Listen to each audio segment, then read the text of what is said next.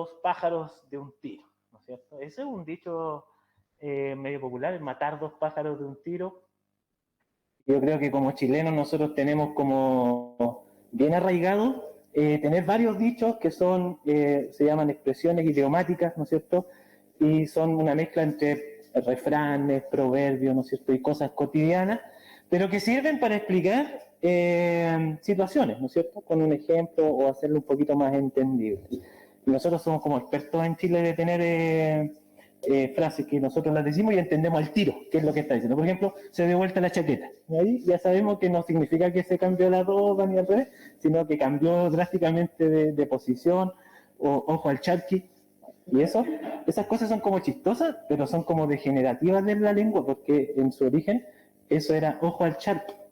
Y era un corsario, un pirata, que se paseaba en 1600, imagínense de dónde viene esto, por las costas de La Serena.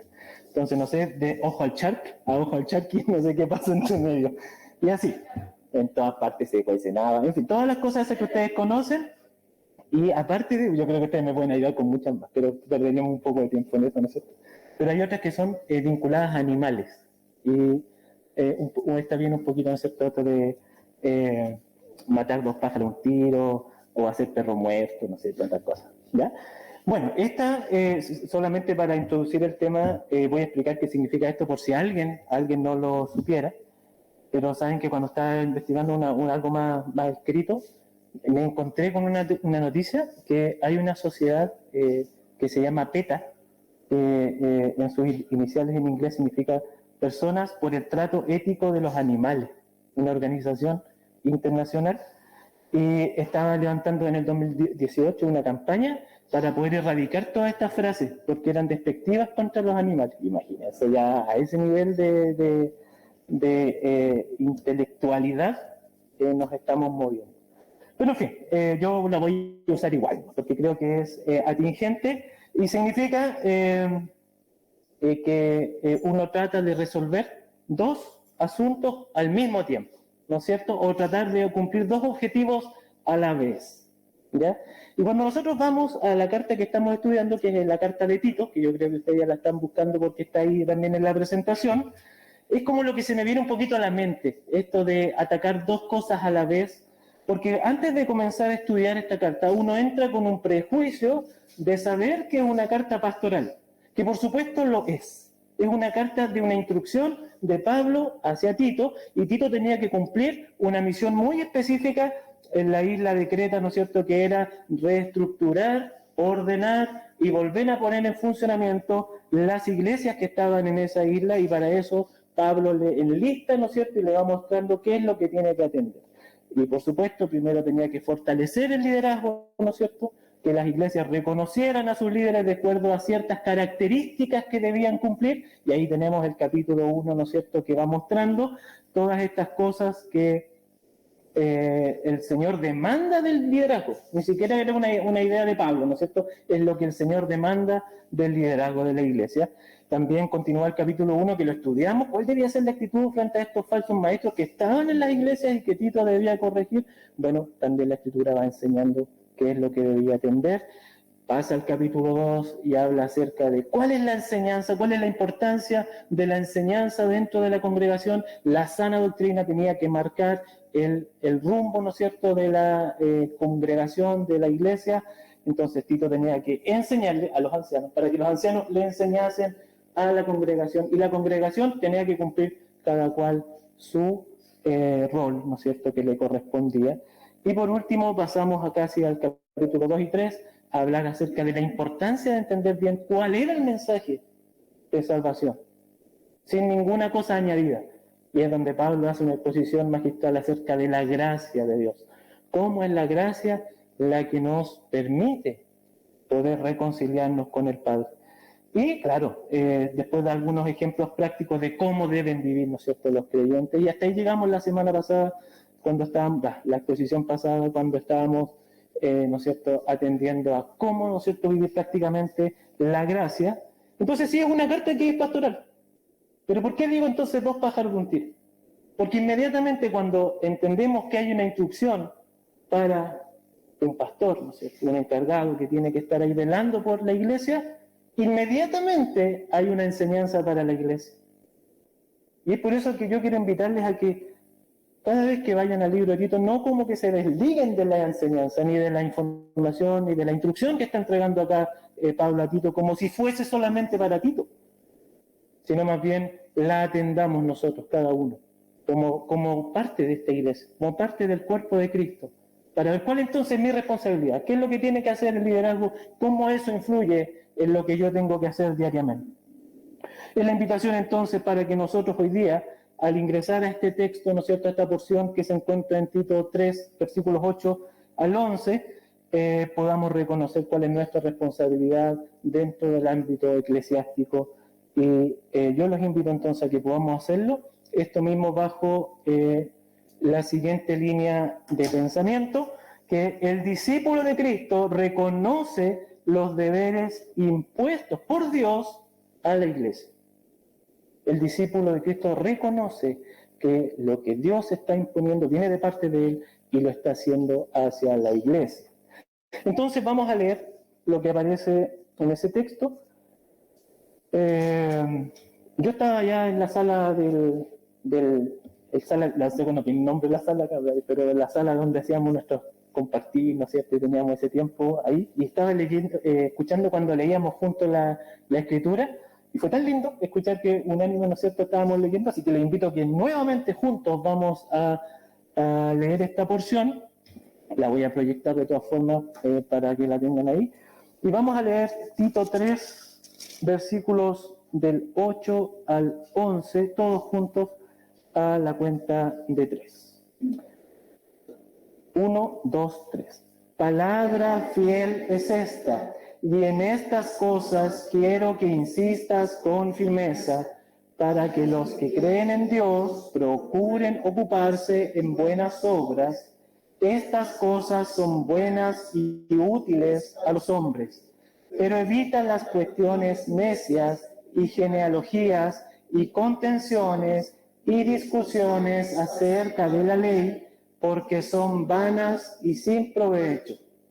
Al hombre que cause divisiones, después de una y otra amonestación, deséchalo, sabiendo que el tal se ha pervertido y peca y está condenado por su propio juicio. Vamos a orar al Señor pidiendo su dirección. Padre eterno, vamos a tu presencia en esta mañana, Señor, rogando de tu guía, Señor, rogando de tu dirección, rogando, Señor, de la ayuda del Espíritu Santo en nuestras vidas, Padre. Usa tu palabra, Padre, para llevarnos hacia ti, para poner, Señor, nuestra mente en ti, para fijar nuestra vista en ti, Señor. Pon disposición en nuestro corazón, Señor, para atender tu palabra. Y que juntos, Señor, podamos crecer esta mañana en conocimiento, pero también en acción hacia ti. Oramos, Señor, pedimos tu ayuda en el nombre de Jesús. Amén. Muy bien, hemos leído juntos el versículo 8, que es el primero, y es donde se menciona el primer deber impuesto por Dios a la iglesia que nosotros debemos reconocer. Debemos insistir en la palabra de Dios. Palabra fiel es esta.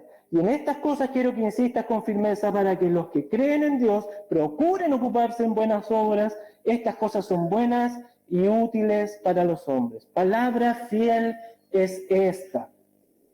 Pablo utiliza 5 veces esta frase, palabra fiel es esta, 4 en la carta a Timoteo, que también era otro pastor, ¿no es cierto? Y solamente una en esta carta a Tito. Y es las únicas veces que lo ocupa en la Escritura, y siempre está enfatizando algo que es importante, algo que hay que poner atención. Por ejemplo, en Timoteo le dice palabra fiel y digna de ser recibida por todos, que Cristo Jesús vino al mundo para salvar a los pecadores, de los cuales yo soy el primero. Enfatiza la obra de Cristo, enfatiza el Evangelio mismo como una palabra fiel. Ahora, entonces, ¿cuál es la palabra fiel que está diciendo Tito, Pablo a Tito en este texto? ¿De qué se refiere? ¿Cuál es la palabra fiel? Bueno, es lo que estuvimos leyendo justamente antes, en los párrafos anteriores, en las exposiciones anteriores, Tito 3, 3 al 7, y déjenme leerlo porque volvemos a entender cuál es la esencia del Evangelio. Porque nosotros, dice ese texto, También éramos en otro tiempo insensatos, éramos rebeldes, extraviados, esclavos de concupiscencias y deleites diversos, viviendo en malicia y envidia, aborrecibles y aborreciéndonos unos a otros. La condición depravada del hombre, pero cuando se manifestó la bondad de Dios, nuestro Salvador, y su amor para con los hombres, nos salvó.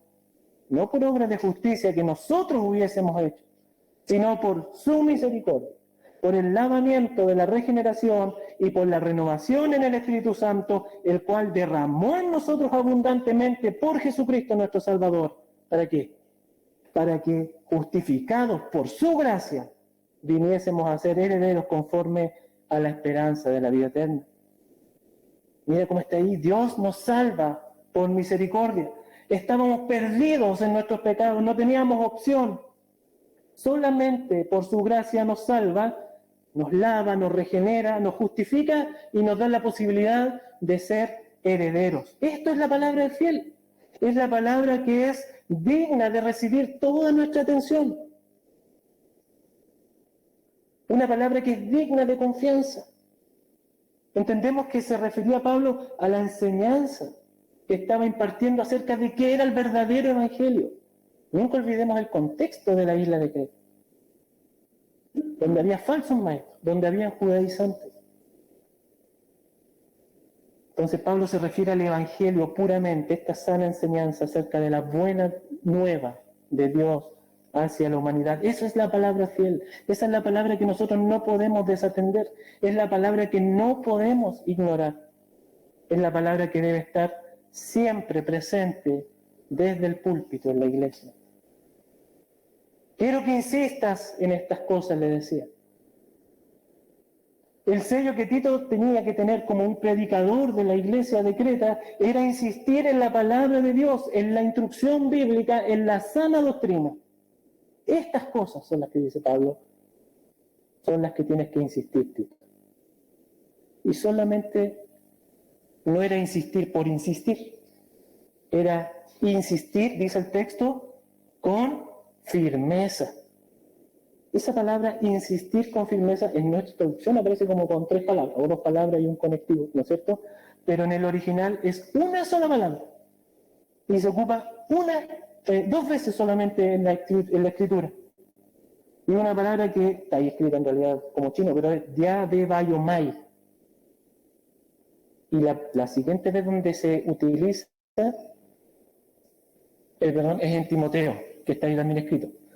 1, 5 al 7 dice: pues el propósito de este mandamiento es el amor nacido de corazón limpio y de buena conciencia y de fe no fingida, de las cuales cosas, desviándose algunos, se apartaron a vana palabrería, queriendo ser doctores de la ley, sin entender ni lo que hablaban ni lo que afirman. Y cuando dice afirman, es ahí lo que insisten con firmeza. Y en este contexto de Timoteo está hablando de aquellas personas que no sabían bien lo que estaban hablando, pero hablaban con certeza y seguridad de lo que estaban diciendo. Enseñanza errónea, falsa, pero ellos insistían como que era lo verdadero. Esa es la actitud. Y ese es el concepto que se repite en el libro de Tito. Cuando tú dices tengo que insistir con firmeza en la palabra de las buenas nuevas de Dios, quiere decir que no dejo lugar a dudas de lo que estoy diciendo es verdaderamente real, es verídico. Su traducción literal es confirmar totalmente, aseverar algo.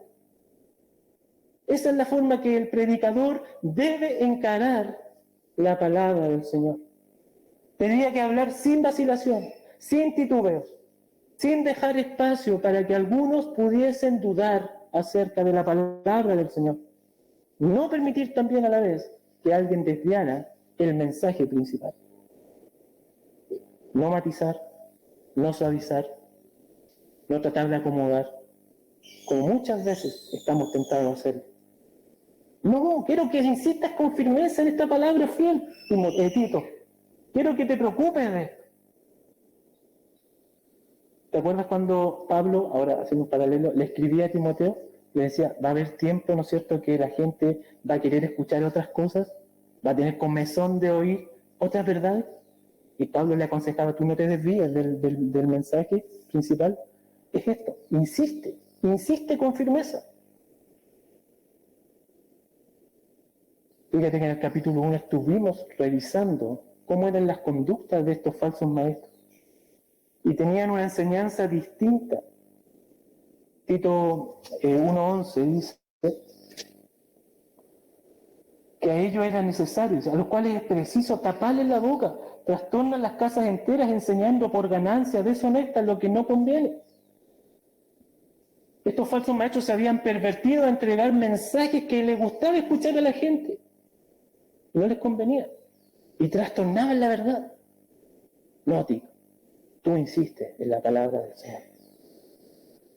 Hay que insistir en predicar la verdad. Es un deber de cada pastor de la iglesia predicar la verdad del Señor. Y no solo parte de la verdad, toda la verdad. ¿Recuerdan ustedes cuando Pablo les protesta, ¿no es cierto?, a los ancianos de Éfeso y les declara al frente ahí en su despedida, les dice: por tanto, yo os protesto el día de hoy, que estoy limpio de la sangre de todos vosotros, porque no he rehuido anunciaros todo el consejo de Dios. Por tanto, mirad por vosotros y por el rebaño en el que el Espíritu Santo os ha puesto por obispos para apacentar la iglesia del Señor, la cual Él ganó por su propia sangre. Entonces, nosotros no andamos haciendo encuestas para ver qué es lo que vamos a hablar esta semana, hermano, a ver qué le llama a usted la atención. O no estamos a lo mejor mirando algún tipo de situación como para tratar de forzar y meter la palabra entre medio, o a lo mejor no pescamos el diario el fin de semana para decir: ¿cuál es la contingencia? ¿Cuál es la contingencia del país para que nosotros vayamos con la palabra? No, la Escritura es suficiente para ir atendiendo todos los aspectos de nuestra vida. Es por eso que tenemos que tener la confianza de entregar todo el consejo, todo el Evangelio de una forma correcta y de acuerdo a lo que el Señor manda.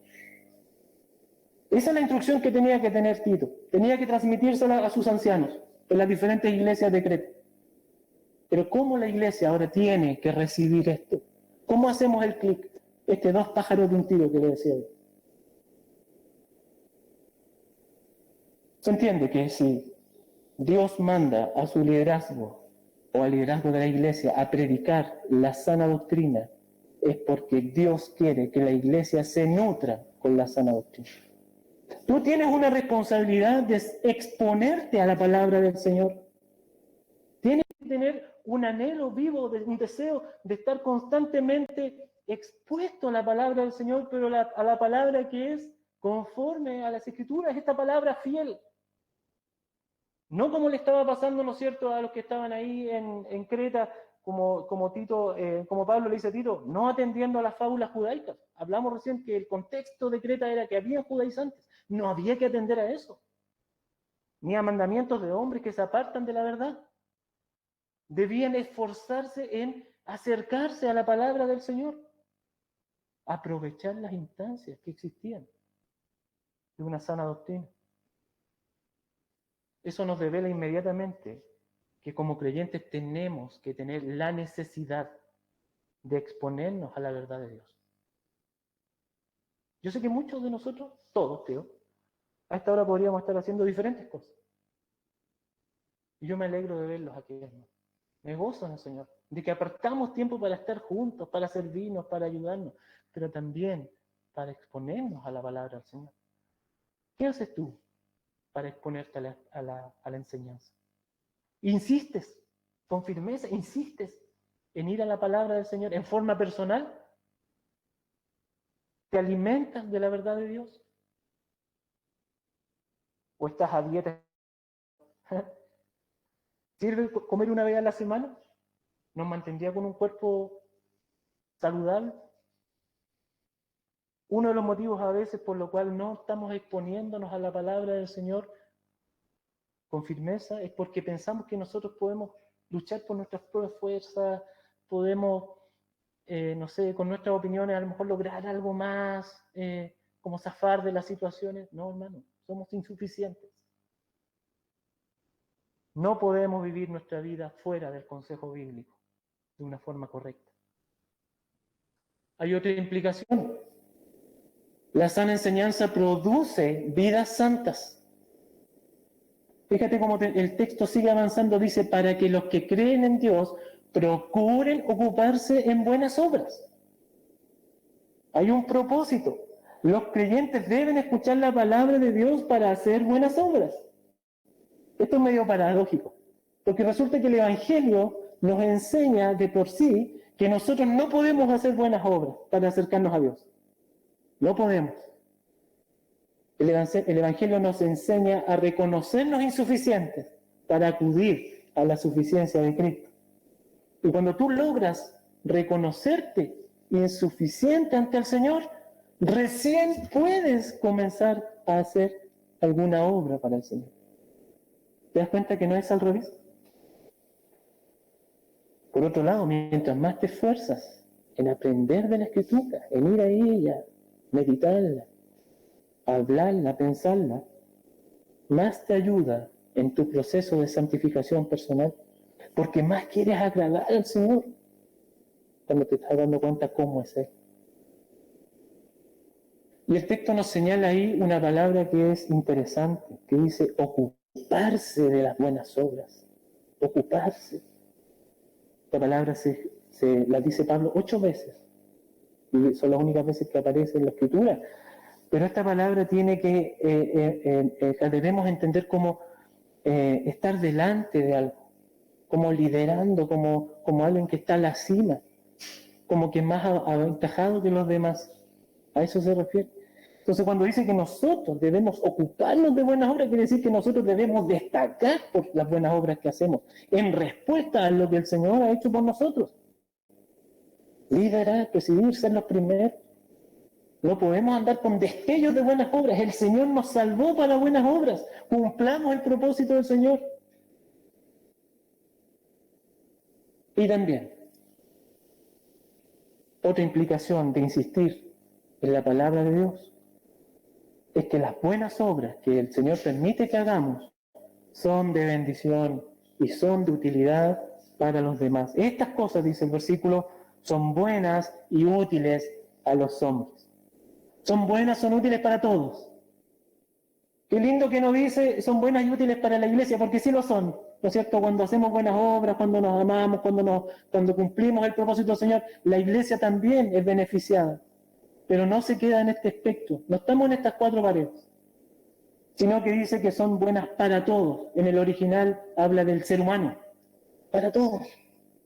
Estamos dando testimonio de Cristo cuando estamos cumpliendo las obras que el Señor pide que nosotros hagamos. Estamos siendo útiles para el proceso del Señor, para su gran salvación. Y ojo que no solamente para llevar las personas a Cristo, sino que también para evidenciar a aquellos que no se acercan a Cristo. Cumplimos el propósito del Señor. Por lo tanto, entonces, las buenas obras deben ser un distintivo, una señal, debe ser también una causalidad y una consecuencia del creyente. Si lo podemos pensar de esta forma, no es una ocurrencia mía. Muchos escritores bíblicos utilizan los árboles, ¿no es cierto?, los frutos, hablan de esto para identificar y tratar de explicar un poco cómo funciona esto de la buena obra. Y piensa a lo mejor en un árbol frutal, uno que te guste, para que tenga más sentido. De esa fruta que te gusta, piensa en ese árbol. Ese árbol toma, a través de sus raíces, los nutrientes, ¿no es cierto?, que están en su entorno, más el agua, y las conduce a través de un asunto que se llama los xilemas. Yo no soy para nada botánico, pero estoy investigando, ¿ya? Por si después tienen más preguntas, seguramente no las voy a responder. A través de los xilemas suben esto y cuando hace el proceso de la fotosíntesis, toma estas sales y esta agua que tiene y lo transforma en una sustancia que es algo que a él le hace bien, a esta planta. Le funciona, ¿no es cierto? Y le da vida, los nutrientes. Y cuando hace este encuentro, posteriormente, a través del floema, la deriva hacia las distintas partes del árbol para mantenerlo vivo y también llega hasta los frutos, en donde esto va nutriendo el fruto y el fruto va apareciendo, va apareciendo. Es hermoso. Y después de estudiar todo esto me di cuenta por qué el Señor ponía estos ejemplos, ¿no es cierto?, hace tantos miles de años atrás para que nosotros lo entendiéramos. Mira cómo se da la progresión de los hechos. Este árbol necesita estar expuesto a este nutriente. Porque si tú lo sacas de la tierra, ese árbol va a morir. ¿No es cierto? Yo soy experto en eso. No hay planta que me aguante en la casa. Entonces, necesita estar expuesto al nutriente. Entonces nosotros también vamos a hacer el paralelo al tiro, necesitamos estar expuestos constantemente al nutriente espiritual, que es la palabra de Dios, esta palabra fiel, en la cual debemos insistir con firmeza. Pero después este árbol sube con sus nutrientes y hace la transformación en esta sustancia que le ayuda, ¿no es cierto?, para alimentarse y para vivir. Eso es lo que pasa con nosotros, con la sana enseñanza. Produce vidas santas. Hay una transformación que es externa a nosotros. En el árbol pasa la fotosíntesis, el sol, toda la cuestión. En nosotros es el Espíritu Santo que nos va ayudando y nos va mostrando y nos va guiando y va haciendo que vivamos vidas de santificación. Pero no nos quedamos ahí. Eso fluye, ¿no es cierto?, para que vivamos la vida. Y el árbol se puede alimentar y hace frutos. Nosotros también vivimos para la gloria del Señor y llevamos fruto para la gloria del Señor. Somos de bendición, somos de utilidad para los demás. Y yo te pregunto a ti, ¿qué clase de árbol eres? A veces yo me siento como un cactus, ¿cierto? Que con poquita agua a lo mejor pudiese sobrevivir, pero no es lo que el Señor demanda de nosotros. ¿Crees que puede sobrevivir un árbol con alimentarse una vez a la semana? Imposible. Si tú lo riegas una vez a la semana, ese árbol nunca va a dar un buen fruto. ¿Cómo debe ser tu vida entonces, personal? Este anhelo de buscar la palabra del Señor, insistir en ella. Debemos insistir en ella personalmente. Aprovechar también las instancias que se nos otorgan para poder hacerlo en conjunto. Esto te va a ayudar diariamente a vivir la gracia del Señor, reconocer cómo el Señor está obrando en tu vida y posteriormente te va a ayudar a dar testimonio de Cristo, mostrar a Cristo con los frutos que el Señor está haciendo a través de ti. Entonces, el discípulo de Cristo reconoce, como dice ahí, los deberes impuestos por Dios a la iglesia primero cuando insiste en su palabra. Pero también continúa el texto diciendo en otro punto, también debemos reconocer que es nuestro deber evitar situaciones sin provecho. Versículo 9 dice, pero evita las cuestiones necias y las genealogías y contenciones y discusiones acerca de la ley, porque son vanas y sin provecho. Instrucción primero, volvemos ahora al predicador, Tito. Tienes que evitar estas cosas. Preocúpate en evitar. El liderazgo de la iglesia debe evitar conscientemente, de una forma intencionada, estas 4 cosas que aparecen acá, a lo menos. Evitar, evadir, esquivar. Estos son como sinónimos, ¿no es cierto? Evadir es como una palabra que se instauró, ¿no es cierto?, en nuestra sociedad. Es alejarse, es darse la vuelta, darle la espalda, a eso se refiere. Pero de una forma intencional, no es algo como tan automático. Tenemos que hacerlo. Sobre todo, Tito es instruido en esto por la gran influencia, como había dicho hace un rato, de los judaizantes, de estas personas que estaban añadiendo cosas constantemente a la salvación. Tito 1:10, 11 dice, porque hay aún muchos contumaces, habladores de vanidades y engañadores, mayormente los de la circuncisión, a los cuales es necesario tapar la boca. Y en el original hay que silenciarlo. Tienes que callarlo, Tito. ¿Qué cosas tenía que evitar entonces? Primero, las cuestiones necias. Cosas insensatas. Peleas, disputas insensatas. Especulaciones acerca de la palabra del Señor. Eso había mucho en el contexto. Hay mucho de eso también hoy día, en el entorno. Sobre todo aquello que descansa más en un razonamiento humano que en una interpretación de la palabra del Señor misma. Esto tiene que estar fuera. Esto no tiene que desviar tu atención. Esto tienes que dejarlo a un lado. Las genealogías, dice. Se estilaba también, eso creo que no es tan lineal para nosotros hoy día, pero es bueno que lo entendamos. En el contexto, estos falsos maestros interpretaban alegóricamente las genealogías y buscaban números y hacían algunas cuentas y sacaban doctrinas y en fin, a eso se dedicaban. Y eso no tenía ningún provecho. No, digo, no te enfrasques con esas cosas, no sirve.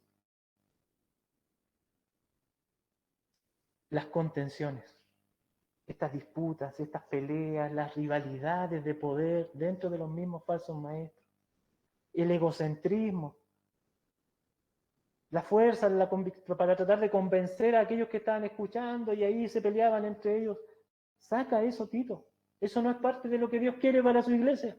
No te desgastes en eso.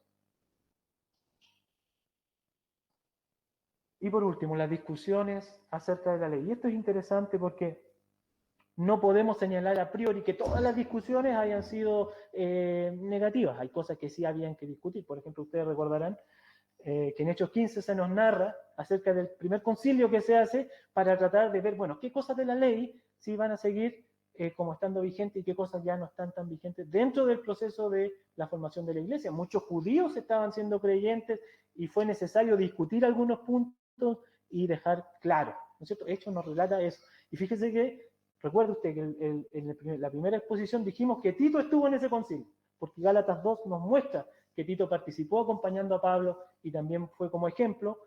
Al ser el griego, no fue obligado a circuncidarse, pero aún así era salvo.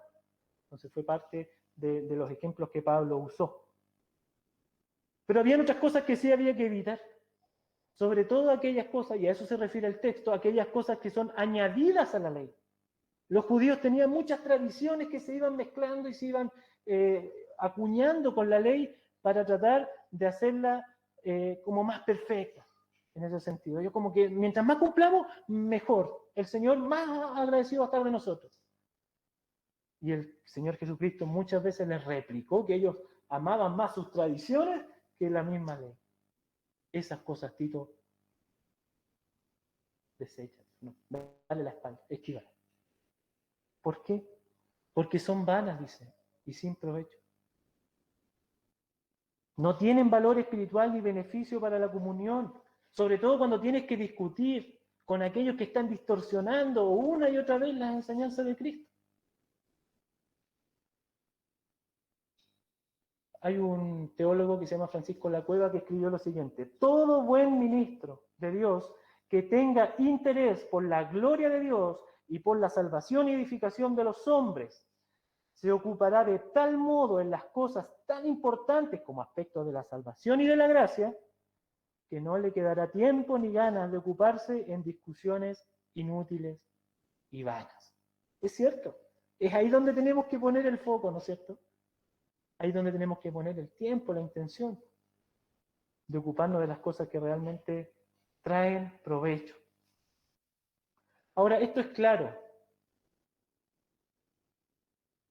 Esto es claro para el ministro, ¿no es cierto? Tito estaba recibiendo y Tito tenía que transmitir esto, pero ¿cómo ahora hacemos el doble clic para nuestra congregación, para nosotros? ¿Cómo lo podemos asimilar? A Tito se le encarga que no se desvíe con estas cosas que están discutiendo. Pero piensa por un momento de dónde venían las discusiones. De la misma iglesia, del mismo entorno, de los hermanos que estaban ahí. En donde estaban las cuestiones necias, las genealogías, las contenciones, las discusiones de la ley. Entonces, bueno, ¿cómo nosotros podemos cruzarnos con eso entonces? Debemos evitar primeramente desde la iglesia, desde la congregación, no enredarnos nosotros en estas cosas. No es necesario. Atendamos, ocupemos el tiempo, aprovechemos el tiempo en las cosas que sí son relevantes y traen bendición para los demás. Obviemos aquellas cosas que no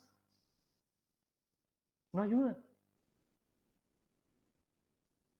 Ahora, interesante también pensar, bueno, entonces, ¿qué pasa a lo mejor en un aspecto un poquito más elevado acerca de la apologética? En donde sí tenemos que discutir, tenemos que argumentar, la apologética es la defensa, ¿no es cierto?, verbal del cristianismo o del evangelio. ¿La tenemos que descartar entonces de acuerdo a este pasaje? ¿No tenemos que involucrarnos en estas discusiones que son como vanas? No, por supuesto que no. No es lo que está diciendo el escritor.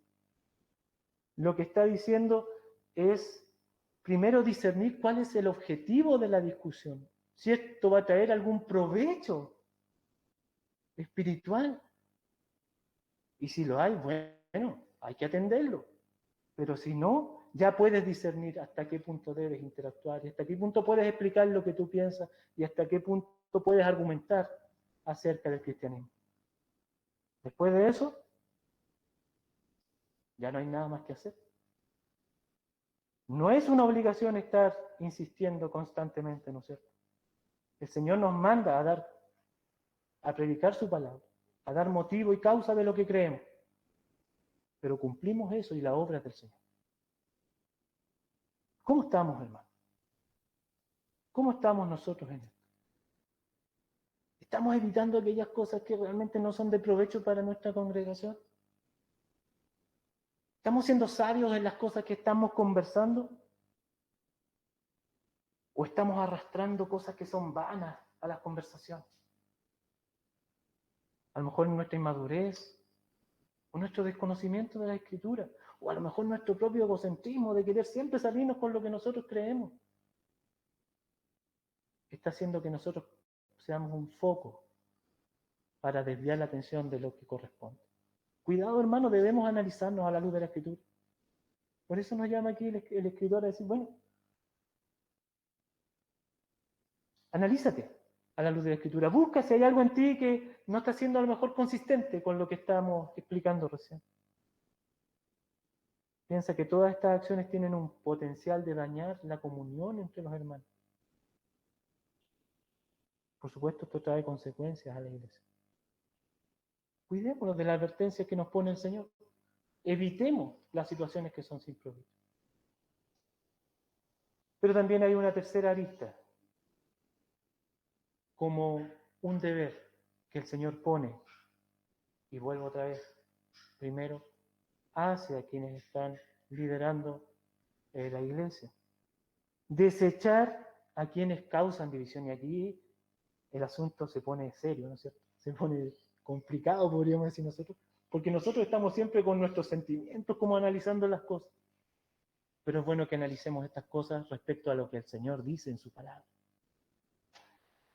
Tito 3, 10 al 11 dice, al hombre que cause divisiones, después de una y otra amonestación, deséchalo, sabiendo que el tal se ha pervertido y peca y está condenado por su propio juicio.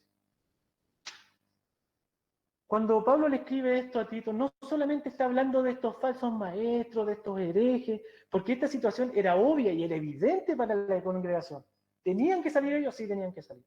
Y Pablo tenía que entrar, Tito tenía que entrar con la doctrina y convencerlo y callarlo, pero cuando ya llegaba el momento de que no había más, tenía que sacarlos. Y eso era evidente. Pero aquí, en el texto, está apuntando a cualquiera que cause una división.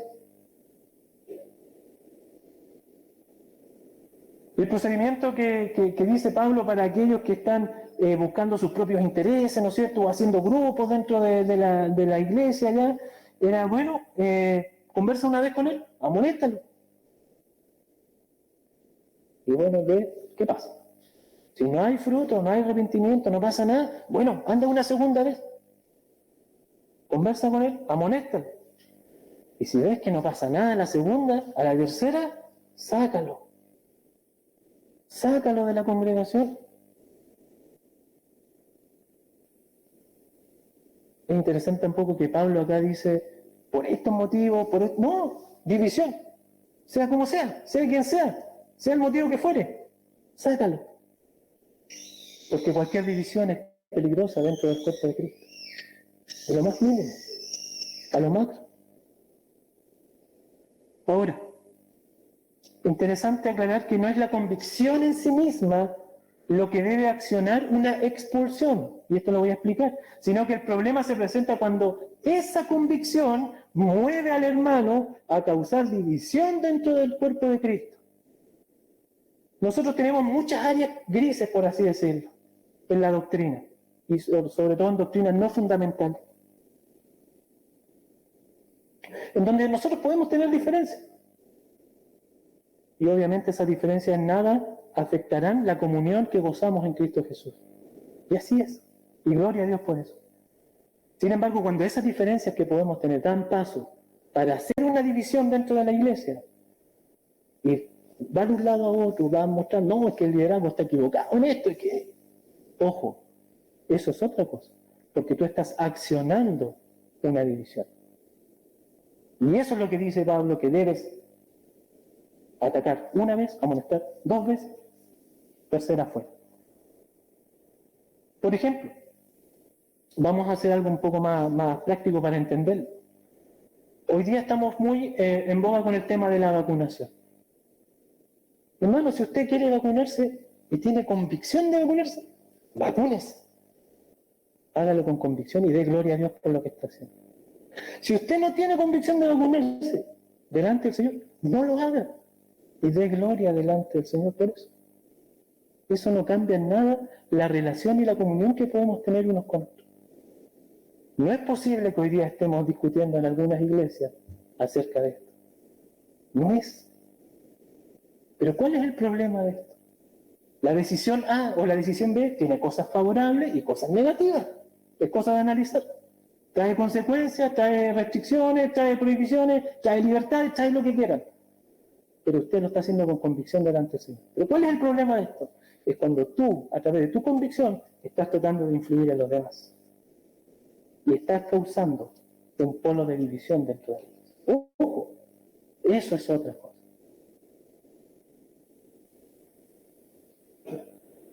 Abracemos la comunión que el Señor nos da. Dice que el Señor ganó con su sangre el hecho de que nosotros podamos estar juntos acá. Gocémonos en eso. Ahora, es interesante también ver cómo esto, el que causa divisiones, y aquí hay como un procedimiento de disciplina, ¿no es cierto? Por así decirlo. Pero no es el único que tenemos en la Escritura. Tenemos uno que es el que se denomina los 4 pasos de la disciplina bíblica, ¿no es cierto? Que el Señor Jesús nos enseñó, y me gustaría que lo viéramos un poco, y es interesante que lo analicemos un poco, para que podamos después contrastar con lo que Pablo le estaba diciendo a Tito. En Mateo 18, 15 al 17, que está ahí proyectado y usted lo puede tener en su Biblia, no lo voy a leer, pero el procedimiento es el siguiente. Dice, primero, el ofendido, ¿no es cierto? Si alguien pega contra ti, el ofendido es el que va hacia el ofensor y le dice, esto sabes que está mal, y hay una reprensión, ¿no es cierto? A solas, primer paso, a solas, con el ánimo de ¿qué? De restaurar al hermano. No es algo condenatorio, es restaurativo. Si se arrepiente, ha ganado a su hermano. Gloria al Señor. Ese es el primer paso de la disciplina. Cuando pasa algún conflicto, cuando hay un pecado, tiene que ser expuesto, tiene que ser dicho, tiene que ser conversado con el que lo está cometiendo. Ya, pero ¿qué pasa si no atiende? Si no me escucha. Paso 2. Segundo paso de la disciplina. Él tomará 1 o 2 testigos, dice la Escritura, y es interesante este punto, solamente quiero hacer un paréntesis de quiénes son estos testigos. ¿A quién vamos a buscar? A buscar a mi mejor amigo y a mi suegra, para que me ayuden los dos y entre los dos vamos a funales más. No. En la cultura israelita, ¿no es cierto?, judía, siempre se buscaban las personas que tenían más sabiduría, los ancianos, ¿no es cierto?, de los que estaban a las puertas discutiendo las cosas, y se atendía a ellos. Entonces, bueno, aquí es interesante, aunque la Escritura no lo dice, es muy bueno buscar personas que sí tengan la experiencia en poder mediar escrituralmente en la situación. ¿Ya? Bueno, busca estos testigos que tienen que tener cierta cualidad, ¿no es cierto?, de madurez, de sabiduría y un trabajo bíblico, y va y confronta de nuevo al ofensor, ¿no es cierto? Segundo paso, que el hermano que ha ofendido, que ha pecado, reconoce y se arrepiente, problema solucionado, gracias al Señor, todo sigue funcionando. Pero si no, si sigue terco y sigue el duro, paso 3, dice el texto, dilo a la iglesia. Cuando ya no funciona de esa forma. no hubo cambio. Cuando después estuve sola, después estuve con los testigos, no hubo cambio. Bueno, tiene que ir a la iglesia, si él es parte de la iglesia. Y esto igual es muy interesante, lo tenemos que entender. ¿Por qué va a la iglesia? ¿Para qué? Esto tiene objetivo de primero mostrarle al hermano que está ahí en pecado que hay una preocupación por él, genuina, real, de un cuerpo. En donde una parte del cuerpo se duele, todo se duele. Ahí estamos, lo estamos mostrando de una forma práctica. Pero a la vez también estamos poniendo en contexto lo que hace el pecado. Que todos los que participamos en la iglesia no olvidemos el daño que produce el pecado, que seamos conscientes de que el pecado no es un juego. Y ya, bueno, y va a la iglesia, y va uno, y va otro, y va a ver los hermanos. Estás mal, hermano, te estás equivocando, estás yendo por mal camino, hermano. ¿Qué pasa contigo? No. Si se logra, ¿no es cierto, hermano, arrepentir? Si el Señor permite que se arrepienta, bueno, ganamos al hermano y se acaba el problema de la disciplina. Pero si no, paso número 4. Dice, tenle por gentil y publicano. Sácalo de la comunión. Ya no está. Es la separación del hermano de la comunión de la iglesia. Y esto con el único motivo o la única intención de que el hermano se arrepienta, que tome conciencia de lo que está haciendo. Y por otro lado, nosotros nos volquemos hacia él para predicarle el evangelio y estar ahí. Ojo que Pablo le dice ahí a los tesalonicenses, no lo tengan por enemigo. No es la actitud sacarlo y como que ya matarlo. No. Es estar ahí todavía predicando el evangelio. Ahora fíjate, si comparamos estas dos cosas, estos 4 pasos que acabamos de ver acá, con lo que acabamos de leer en Tito, hay algo que no cuadra, ¿no sé? Primero, uno tiene 4 y el otro tiene 3. Ya algo no nos sirve, ¿no sé? Para hacer una comparación tan lineal. Y tengo la convicción de que son procedimientos distintos. Y son causas distintas. Estamos hablando en Tito de aquel que causa la división dentro de la iglesia. Y lo que acabamos de ver es la disciplina bíblica respecto al pecado de uno de los hermanos. ¿Hay algunas congruencias? Las hay. Pero fíjense que el paso que se omite es el paso 3, por así decir, en donde toda la iglesia va ahí a confrontar y a exhortar al hermano para que se cambie, hermano, cambie tu actitud. Porque eso en la instrucción de Tito lo había, porque hay sabiduría del Señor en esto. Imagínate una persona que está haciendo división. Lo confronta el primero. No quiso. Pasa con los testigos. Va a lo mejor con el directorio. Lo confronta el directorio. No quiso. Entonces el directorio dice, ya, ahora todos los hermanos tienen que ir de uno a conversar con el divisivo. No, hermano. Él va a aprovechar esa tribuna para seguir explicando y seguir explicando y seguir explicando aquello que él está postulando para lograr esta división. No es sabio. No hay que dar tribuna a estas cosas. El Señor dice, deséchalo. No es un juego la división de una iglesia. Él está buscando crear su propio reino bajo sus propios intereses. No le des tribuna a eso. No prestes tu oído a eso. ¿Por qué? Porque el versículo 11 es categórico. Bendecirlo. Sabiendo, dice, deséchalo. ¿Por qué? ¿Por qué tenemos que desecharlo? Sabiendo que el tal se ha pervertido. Hay una actitud que no está conforme a lo que Dios demanda de él. Peca. Y cuando dice peca, es porque está pecando y no se arrepiente de pecar. Aquel que está pecando y no se arrepiente de pecar, nos tiene que hacer una tremenda duda a nosotros si realmente es un hermano. Y esa frase que dice está condenado por su propio juicio, es solamente, nosotros tenemos una tremenda, está condenado por su propio juicio, es autocondenado, dice la palabra. Así como, ya, él solo se condena. Por eso Pablo dice, desechar. Ahora esto nos da lineamiento, hacemos el clic hacia nosotros como iglesia, nos da lineamiento, cómo debemos nosotros proceder ante estos casos. ¿Qué pasa? Cuando vemos, detectamos, analizamos que hay una actitud o un hombre o una persona que está con estas características dentro de la iglesia. Hay acciones concretas que hay que hacer. Hay decisiones que tomar. Hay cosas que informar. Fíjate como el proverbio dice, 6 cosas aborrece Jehová y aún 7 abomina su alma. Los ojos altivos, la lengua mentirosa, las manos derramadoras de sangre inocente, el corazón que maquina pensamientos inicuos, los pies presurosos para correr al mal, el testigo falso que habla mentiras, y el séptimo, el que siembra discordia entre sus hermanos. No es aceptable, ante los ojos del Señor no es aceptable.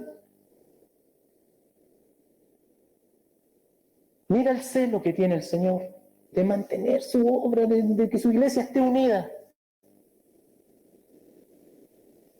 Esa era la constante que tenía la iglesia primitiva. ¿Se acuerdan ustedes cuando leemos los hechos? Nosotros todos juntos, todos unánimes, compartiendo las cosas. Que la pandemia no nos haga olvidar esto, hermano. Por supuesto que no. No seamos individualistas. Es al revés, es ser unidos. Pablo oraba por sus iglesias que estaba ahí siempre velando por ellas, les instaba, les animaba. Filipenses 1:27, solamente les aconseja que os comportéis como es digno del Evangelio de Cristo para que, sea que os vaya a veros o que esté ausente, oiga de vosotros que estáis firmes en un mismo espíritu, combatiendo unánimes. Mira, compone toda la intención para que el cuerpo de Cristo sea cuerpo, no sea como un desparramo de miembros, no un cuerpo. Señor Jesucristo orando por nosotros para que sean uno, decía él en Juan 17:21. Para que ellos sean uno, para que el mundo crea que me enviaste. Mira qué bonito el propósito de la unidad de la iglesia. Reafirmar el mensaje del Evangelio. No perdamos la mirada de Dios en esto. A veces nosotros nos centramos en un atributo, en otro atributo, y vamos ahí como segmentando. Dios es integral en sus atributos. Su amor no está por sobre su santidad, su justicia, no es así, no funciona así. Dios aborrece cuando un miembro está en pecado y es aún peor cuando la iglesia no hace nada, no lo atiende. Dios manda que nos confrontemos los pecados unos con otros. Por eso está el procedimiento bíblico de la disciplina. Debemos someternos a los parámetros bíblicos entonces del Señor. Hermano, dice Pablo a los romanos, ruego que os fijéis en los que causan divisiones y tropiezos en contra de la doctrina que en vosotros habéis aprendido, y que os apartéis de ellos, porque tales personas no sirven a nuestro Señor Jesucristo, sino a sus propios vientres, y con suaves palabras y lisonjas engañan los corazones de los ingenuos. Mira el modus operandi. Hay que estar atento, dice este texto. Hay que estar vigilante. La palabra fijéis habla de mirar bien de cerca, así como no pierdas el rastro. Cuando exploraste la situación y aplicaste los principios bíblicos, después tienes que seguir, actuar, ver qué es lo que el Señor demanda. No es que cada iglesia tiene su forma de operar. Dios establece, Dios ordena cómo debe ser. Primero lo reconoce, lo llamas a reconocer su pecado. Segundo, lo reprende. Y bueno, y ahí sí. Pero si ves que hay soberbia, hay orgullo, hay rebeldía, bueno, hermano, tienes que apartarlo. Es así lo que le dice. Es interesante porque estamos hablando de personas que conocen el Evangelio. Personas que estaban ahí en ellos, entre medio. No son desconocidos. Bueno, ¿cuál es entonces nuestra actitud? ¿Cuál es nuestra actitud como creyentes? ¿Cómo enfrentamos estas situaciones? Decimos, hermano, no es para tanto, no sean colonialistas. Si se equivocó, no. Ya va a cambiar. No. ¿Qué estamos haciendo con aquel que causa división? ¿Prestas tu oído tú para escuchar estas cosas? ¿Te estás prestando para ir fomentando esta división? No, hermano. No lo hacemos. No es lo que el Señor nos pide. Son cosas serias, son situaciones complejas que requieren que reaccionemos bíblicamente. No permitas tú ser un eco de estas cosas. Usa la palabra del Señor para reprender, para exhortar. Úsala. El Señor da autoridad en su palabra. Por otra parte, te pregunto algo que es interesante, que se puede desprender de esto. ¿Qué valor le das tú a la iglesia local, por ejemplo? ¿Has considerado eso? ¿Ves cómo Dios le pone el valor, el cuidado, la protección, el celo a la iglesia? ¿Te da lo mismo o te es indiferente estar aquí, estar allá? ¿Sí? Hay un anhelo de relacionarte, de someterte, de incluirte dentro de la iglesia. Tenemos que pensarlo. Y nunca olvidemos esto, que siempre la disciplina bíblica trae bendición a la iglesia. No es un castigo, es un proceso de restauración. Mira cómo influye esto en la iglesia. Primero en Hechos se nos muestra que la iglesia tuvo temor hacia Dios cuando pasaban estos actos de disciplina. Había temor. Ponía la mente otra vez, la vista otra vez en el Señor. Timoteo dice que sirve de ejemplo para los otros, los que no han pecado, para que entiendan la gravedad del asunto. Es un ejemplo. Hebreos dice que también nos capacita y nos impulsa en el proceso de la santificación personal. Es una ayuda. Eso es la disciplina bíblica. Entonces el discípulo de Cristo reconoce los deberes impuestos por Dios a la iglesia cuando aplicamos la disciplina bíblica. Y en el particular cuando desechamos a quienes causan división, luego de observar que no hay arrepentimiento. Entonces la obra del Señor es de Él. Él pone cómo debemos accionar. Él pone cómo reacciona o cómo tiene que funcionar el liderazgo. Pero también Él dice cómo tiene que funcionar la congregación. Debe ser acorde a los estándares que Dios entrega. No es que nos pongamos de acuerdo entre nosotros y decimos, ya, nosotros lo vamos a hacer así, así, así, así. Claro que podemos hacerlo, nosotros nos ponemos de acuerdo, pero siempre con la vista puesta en lo que el Señor está mandando. La instrucción va moldeando, ¿no es cierto?, el accionar del liderazgo, pero también el accionar de la congregación. Entonces, tenemos que insistir en la palabra del Señor. Tenemos que también, como dice ahí, evitar las situaciones sin provecho, sobre todo considerando que los días son malos, ¿no es cierto?, como dice ahí la Escritura. Y por último, celosamente tenemos que guardar la unidad que Dios nos otorgó mediante el sacrificio de Cristo. No fue gratis. ¿Qué sabiduría hay en la instrucción del Señor para la iglesia? Qué bueno que es así. Gracias, Señor, porque es así. Porque tiene palabras para decir cómo debemos actuar en cada situación. Pone principios. Es notable cómo el Espíritu Santo, ¿no es cierto?, nos refuerza que esto es de inspiración divina. No es un invento humano la Escritura. No podría hacerlo. No funcionaría. Y por último, solamente decir que parece que no eran 2 pájaros de un tiro. Fueron 5 pájaros de un tiro. Después que me di toda la vuelta. Porque esta instrucción fue para Tito.